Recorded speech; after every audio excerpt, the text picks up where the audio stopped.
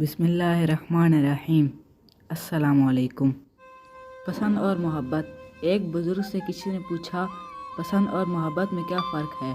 बुज़ुर्ग ने जवाब दिया, आप एक फूल देखते हो और इसे तोड़कर अपने पास रख लेते हो, ये पसंद है।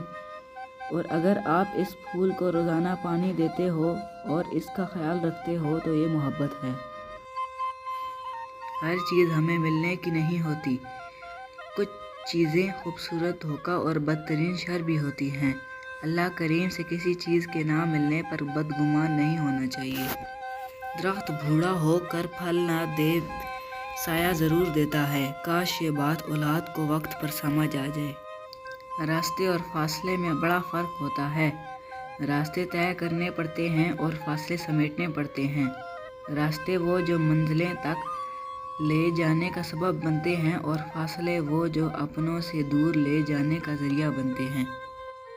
हज़रत अली रज़ी अल्लाह ताला अन्हु ने फरमाया, कभी किसी के सामने अपनी सफाई पेश न करो, क्योंकि जिसे तुम पर यकीन है उसे ज़रूरत नहीं, और जिसे तुम पर यकीन नहीं वो मानेगा नहीं।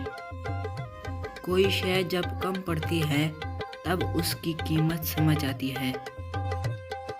अगर खुद से ज़्यादा किसी और पर एतबार करोगे तो वो आपको किसी वक्त ज़रूर धोखा देगा।